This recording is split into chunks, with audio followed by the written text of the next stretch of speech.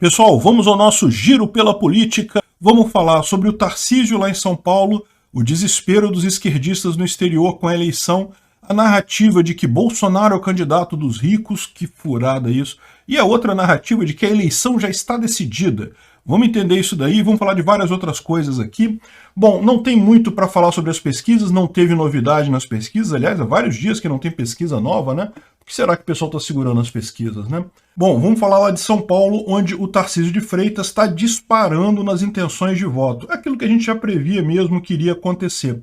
O Tarcísio estava com intenções de voto muito baixas porque não era muito conhecido lá em São Paulo. À medida que ele começou a aparecer na televisão, começou a ser conhecido por todo mundo, ele está numa trajetória ascendente enorme e o Haddad está caindo.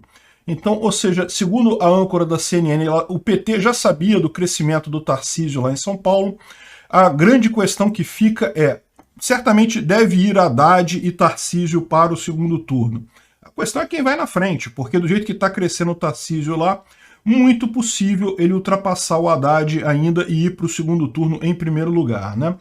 O outro candidato lá, o filhote de Dória, eu não sei como é que está a posição dele lá. Ele andou crescendo na última pesquisa também, mas nada significativo. A disputa vai ser Haddad e Tarcísio de Freitas mesmo. E o pior é, o Haddad já torrou todo o dinheiro da campanha. Lembra aquilo que a gente falou para vocês? O PT fez uma opção pelo Lula. Eles estão usando todo o dinheiro da campanha para o Lula exclusivamente. Esquece governadores estaduais, esquece qualquer outra coisa. Eles querem eleger o Lula a qualquer custo. E o problema deles é esse. Isso estão indo all-in nessa eleição, né? All-in, para quem não sabe, é uma expressão de pôquer que significa que você está apostando tudo. Ou é tudo ou nada. Então, essa é a situação lá do PT e isso pode gerar uma tragédia, pode gerar o fim do PT. Quer dizer, tragédia para eles, né? Para a gente vai ser uma coisa maravilhosa. O PT pode acabar com um número muito pequeno de deputados eleitos, de senadores eleitos, de governadores eleitos, e no final das contas não conseguir nada de significativo nessa eleição, porque o Lula se eleger, meu amigo, eu acho muito pouco provável isso. Enfim, o Haddad mostra isso, ele já torrou todo o dinheiro da campanha dele, ou seja, ele já acabou gastando tudo que ele tinha ali, porque não era tanta coisa assim, e isso complica ainda mais a situação dele, porque o Haddad, ao contrário do Tarcísio, que é novo na política, que está sendo conhecido agora e o pessoal está gostando dele, o Haddad precisa tentar reverter a rejeição dele, precisa fazer muita propaganda, precisa falar muita coisa, e agora está sem dinheiro. Então, isso que eu falo, mais um ponto aqui para o Tarcísio crescer lá em São Paulo, né? Tá circulando aí na internet um debate na televisão portuguesa, né? Em que você dá bem o tema do desespero das esquerdas mundiais acerca da eleição aqui no Brasil, né? Esse senhor aqui, que está de barba e cabelo branco, é um analista brasileiro falando que acha que Bolsonaro vai ganhar no primeiro turno. E o pessoal aqui fica, não, como pode, né, essa mulher aqui, esse outro rapaz, como pode? Não, porque o Lula vai ganhar, e não sei o que lá, que as pesquisas, e não sei o que lá. E ele falou, olha só, mas aqui no Brasil, você vai nas ruas, todo mundo vai do lado do Bolsonaro, o Bolsonaro é bem recebido em tudo quanto é lugar, o Lula não consegue sair na rua, que é atacado e coisa e tal. Então, assim, é muito estranha essas pesquisas, esses números que estão aparecendo aí. Realmente uma coisa muito estranha no final das contas, né? Eu não vou tocar o vídeo inteiro aqui, o vídeo é fácil de achar na internet, é interessante, mas mostra exatamente isso, né? Como é que a esquerda mundial, que estava até aqui tranquila com a vitória do Lula, estava achando, não, Lula vai ganhar, né? As pesquisas estão dizendo que Lula ganha, Bolsonaro um monstro, um genocida, né? O pessoal lá fora, eles só recebem notícias através da mídia tradicional brasileira, a mídia tradicional brasileira esquerdista até o talo, totalmente esquerdista, então acaba chegando essas notícias totalmente distorcidas lá, né? E eu já falei para vocês, não é o caso em Portugal, evidentemente, porque lá em Portugal se fala português, então lá o pessoal tem muito acesso a canais de YouTube e a comentaristas aqui brasileiros, mas nos outros países a gente ainda tem o desafio da língua, né? É muito raro o pessoal dos outros países terem acesso a conteúdo, entenderem o conteúdo em português que é produzido pela mídia descentralizada e distribuída aqui no Brasil, que é produzido na internet, e daí o pessoal fica com essa impressão mesmo que todo mundo no Brasil odeia Bolsonaro. Não, é só a mídia, é só a esquerda. Não tem esse papo, não. E esse papo de Bolsonaro genocida e coisa e tal, isso é lorota da esquerda. Não tem, o Brasil morreu um monte de gente aqui na Covid, como morreu em um monte de lugar do mundo todo, não teve diferença significativa nenhuma no final das contas, né? Enfim, até a revista Lancet, olha só, uma revista que supostamente deveria ser científica, está criticando o Bolsonaro. Aí você começa a encaixar as pedrinhas, né? Começa a encaixar o quebra-cabeça. Ah, aquele monte de pesquisa dizendo que cloroquina não funciona, que ivermectina não funciona e não sei o que lá. Ah, então quer dizer que a revista, supostamente, entre aspas, científica, tem posição política. Olha que coisa, né? Aí começa a ficar explicado realmente a tragédia que foi essa pandemia aqui no Brasil, né? Tá na cara que esse pessoal segurou pesquisa, segurou qualquer coisa que pudesse ajudar Bolsonaro, que pudesse ajudar Trump também na época, e também divulgou a hidroxicloroquina e coisa e tal, e aí esses cientistas todos ficaram contra e coisa e tal. Tá explicado agora que o pessoal tem lado político, tá mais do que claro que o pessoal tem lado político. E o pior, escolher o lado que vai perder, né? Então realmente é muito engraçado isso. Aliás, só para lembrar esse pessoal que lutou contra remédio durante a pandemia, saiu mais um estudo sobre a ivermectina dizendo que ela reduz a chance de morte por Covid em 92%. Eu não cheguei a dar uma olhada em detalhes nesse estudo, tem outros estudos que não chegam a esse número tão grande, mas todos eles são unânimes. Todos os estudos feitos com ivermectina, duplo cego, randomizado e coisa e tal, revisado por pares, todos eles indicam melhora na situação se você tomar a ivermectina. Então, é o tipo de situação que você vê. Quem está chamando os outros de genocida é quem de fato foi genocida, quem quis proibir esses remédios durante a pandemia. Porque lembra, Bolsonaro não proibiu, nem obrigou ninguém a usar remédio nenhum. O ponto do Bolsonaro na pandemia sempre foi a liberdade médica. O médico decide junto com o paciente qual o tratamento que vai usar. Se quiser usar ivermectina, se quiser usar hidroxicloroquina, a decisão é do médico e do paciente. A esquerda ficou possessa, não, porque não pode usar, não sei, é proibido, não está definido, não é certeza de que funciona. Peraí, se não é certeza que funciona, aí você proíbe? E aí, olha só, agora você descobre que o negócio funcionava, né? Porque agora você tem pesquisa sobre isso. E aí, e as pessoas que não tomaram e morreram? Enfim, tá mais do que claro agora que é lógico que ciência é uma coisa positiva, mas essa comunidade acadêmica que se diz dona da ciência mundial tá mais do que corrupta, tá mais do que infiltrada pela esquerda. Esse pessoal tem que perder credibilidade mesmo, né? Felizmente isso vai acabar acontecendo. O desespero também aqui, olha só um caso terrível que aconteceu com o Sérgio Camargo, que é o diretor de cultura, né? Ex-presidente da Fundação Palmares e coisa e tal. Ele é candidato por São Paulo e teve a comida do comitê de campanha dele roubado pelo entregador de comidas lá em São Paulo. O cara do Uber pegou uma encomenda na padaria para levar para eles e disse que não sei o que lá, que respondeu para o Uber dizendo que, racistas não passarão e coisa e tal. E ele não percebe que quem está sendo racista é ele, né? Porque que história é essa de racistas não passarão? Enfim, realmente um esquerdopata do Uber que achou que ia fazer alguma diferença com isso, no final das contas só mostra mais uma vez aquilo que todo mundo sabe. Quem é o racista no final das contas é a esquerda. E não é história, é só procurar para você ver a posição do Che Guevara sobre cor da pele, quem que era a favor da escravidão lá nos Estados Unidos. É sempre a esquerda que são os racistas de verdade. Bom, a gente já vem falando há algum tempo aqui, muito antes de virar moda, eu falei aqui que a Michelle Bolsonaro é um trunfo de Bolsonaro enorme, ainda mais depois que ela falou no dia da inauguração da campanha dele, que ela falou muito bem lá no Maracanãzinho. Eu alertei vocês, isso não é uma coisa fácil de falar. Se você acha que qualquer um pegaria o microfone ali na frente de 80 mil pessoas e falaria bem como ela falou, não é fácil assim, você sente a pressão, muita gente gagueja, fala baixo, fala errado, e não, ela pegou o microfone e falou muito bem no final das contas. Então ela é um ativo da campanha do Bolsonaro enorme, vai ajudar muito ele justamente com o público feminino, com quem ela tem uma identificação muito melhor. E Bolsonaro tem dificuldade, né? E agora o PT percebeu o problema, porque não pode bater na Michelle. Tem que mirar a crítica em Bolsonaro, porque bater na Michelle fica ruim, né? A Tebet percebeu isso. A Tebet teve muita gente criticando ela justamente porque ela quis tirar o programa da Michelle do ar. Se bater na Michelle, meu amigo, você acaba levando a pior, né? Outra coisa curiosa aqui, né?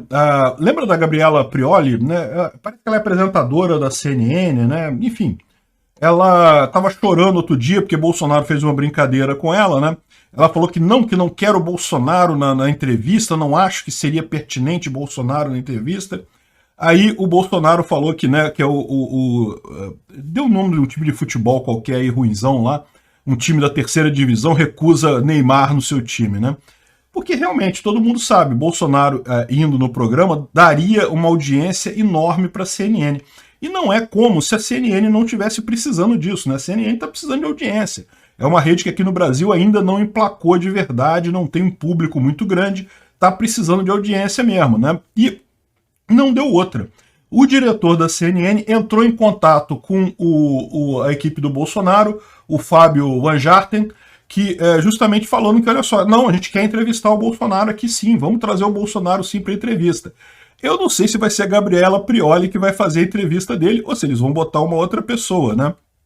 O Fábio falou só aqui, e agora? Acho que o canal precisa se resolver aí, vai ser a opinião da apresentadora ou vai ser a opinião do diretor lá da rede, né? No final das contas, é aquele negócio. Para a empresa, para a CNN, não tenha dúvida, uma entrevista do Bolsonaro seria ótimo em termos de audiência, né? Mas a gente sabe também que se a apresentadora for ela... sim, ela ainda chorou com aquele negócio. Ai, porque eu tô grávida e não sei o que lá. Como se o Bolsonaro tivesse atacado ela. Não, o Bolsonaro não falou nada, fez uma brincadeira ali. Não, o Ituano não quer o Neymar, recusa o Neymar, né? Ela, ai, ele está me atacando porque eu sou mulher, estou grávida e coisa e tal. É uma choradeira desse pessoal, né? É impressionante. E eles acham que desse jeito estão ajudando o feminismo, não é o contrário. Eles estão, na verdade, se mostrando a falsidade desse movimento. Porque a verdade é a seguinte, se as mulheres querem, de fato, competir de igual para igual com os homens, não pode ficar nesse mimimi que qualquer coisinha, qualquer criticazinha... E, de fato, se o Bolsonaro tivesse sido grosso com ela, era outra história. Mas não, o Bolsonaro fez uma brincadeira com ela, pô. Qualquer brincadeirinha, qualquer coisa que Bolsonaro faz, a mulher reage. Ai, mas eu tô grávida e não sei o que lá, eu sou mulher. Ah, porra, desse jeito você tá se ridicularizando as outras mulheres todas. Tá se sujeitando a uma coisa ridícula de usar a sua condição de mulher como desculpa, pô. De novo, se Bolsonaro tivesse sido grosso com ela, né, aí é outra história. Você poderia dizer realmente que ele foi deselegante com uma mulher que tá grávida, mas não foi o caso. Ele fez uma brincadeira com ela. Enfim. O Lula, vocês sabem, agora está com aquela ideia de dizer que a prisão do Lula foi uma armação para tirar ele da corrida presidencial de 2018, que aquilo tudo foi tudo armado para tirarem ele da corrida de 2018 e tal, e coisa e tal, né? E o Bolsonaro falou que não, como é que pode ser isso? Os delatores devolveram dinheiro? Se era uma armação, o delator ia devolver dinheiro por ser uma armação, né? E aí complementou com uma frase que é ótima: se não está roubando, está mentindo, diz Bolsonaro sobre Lula. Isso aqui devia escrever na lápide do Lula no dia que ele morrer.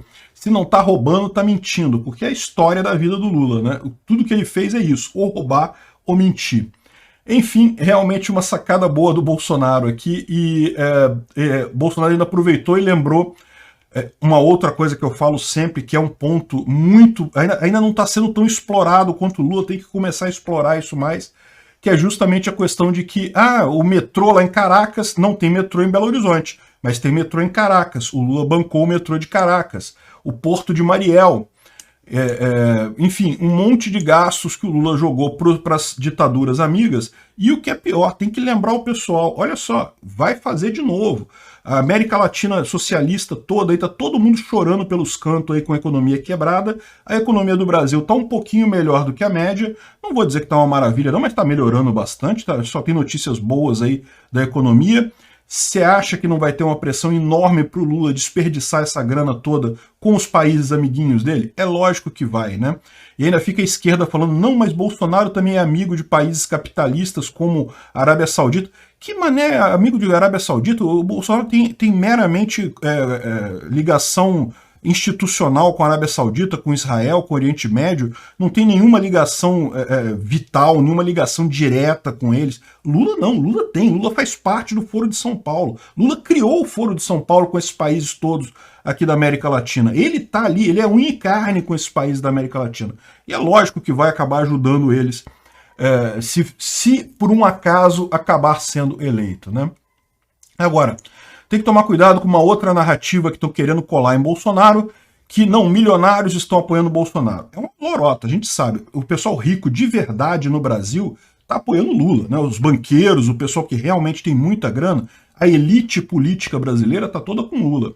Agora, tem pessoas, principalmente o pessoal do agronegócio, que de fato preferem Bolsonaro.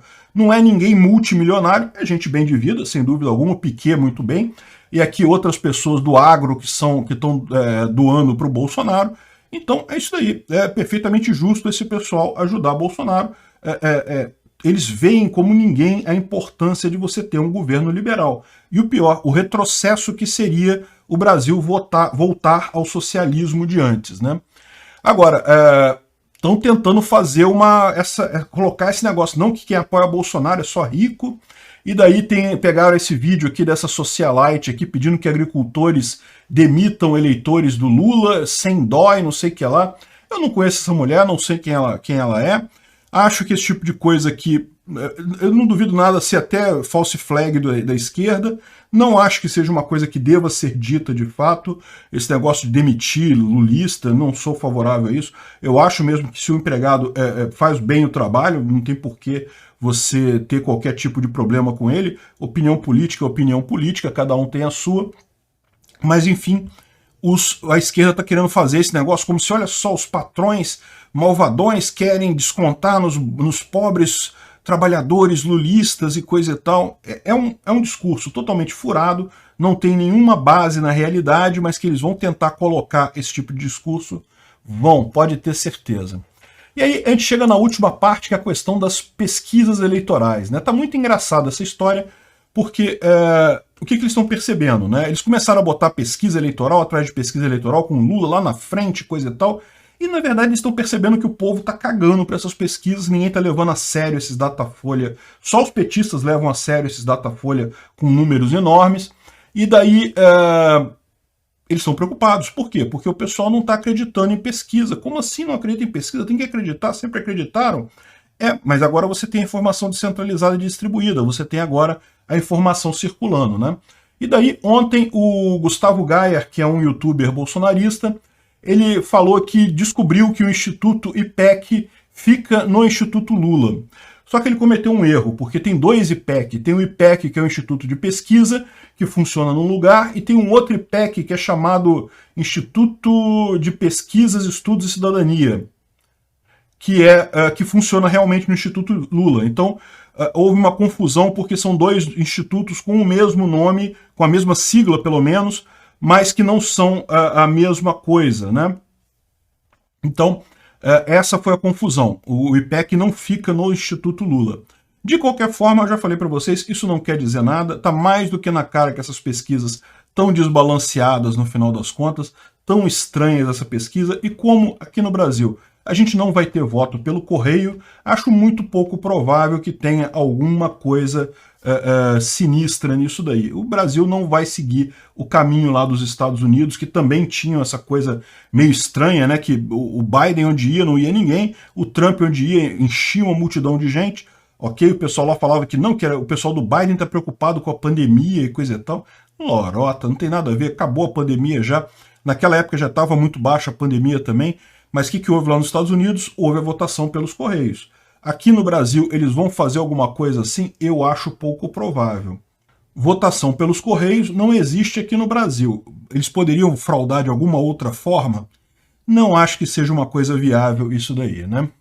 E continuando no tema pesquisas, olha aqui, o ex-presidente do Ibope concorda com Marcos Coimbra, que é o atual presidente do Ibope, do Vox Populi, que a eleição já está decidida. É o que eu falei para vocês ontem também. O pessoal da esquerda já está assim, não, já está decidida a eleição, agora não dá tempo mais de virar os números, Lula vai ganhar e coisa e tal, e está muito tranquilo, e já era, esquece, só só falta o eleitor pôr o voto na urna. É, meu filho, é isso daí, né? E o fato de ambos dizerem que Lula vai ser o campeão e coisa vai ganhar a eleição e coisa e tal, mostra que também esses institutos também estão tudo ligados à esquerda, evidentemente. No final das contas, só pode significar isso, né?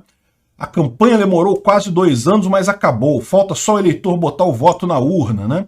Só que o Ciro Gomes lembra que não tem nada a ganho, não. E lembrou do exemplo do Zema e do Witzel. De fato, se você pegar as eleições de 2018, o Zema e o Witzel surgiram nos últimos dias. Foi assim uma coisa muito rápida e acabaram ganhando a eleição. É lógico, o Ciro está falando isso daqui no sentido de que, olha só, o Ciro ainda pode crescer e coisa e tal. Eu não acredito que o Ciro tenha nenhuma chance nessa eleição, mas eu também não acredito que o Lula tenha chance nessa eleição. Isso é muito pouco provável. Não acho que o Datafolha, o Vox Populi vão mudar as pesquisas dele. A gente já está vendo, esse pessoal aí é lulista mesmo, vai dar um jeito de botar Lula na frente de qualquer forma na pesquisa, mas na urna eletrônica eles não têm como fazer isso. Então, no final das contas, Bolsonaro vai acabar ganhando mesmo a eleição, né?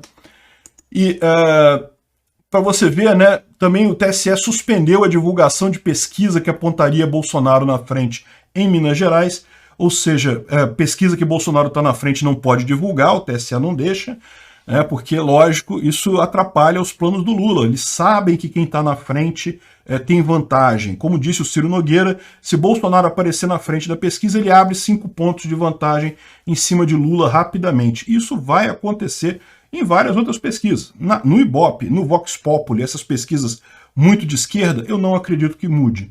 Mas nas outras pesquisas é possível sim. Na Paraná pesquisa já está dando empate.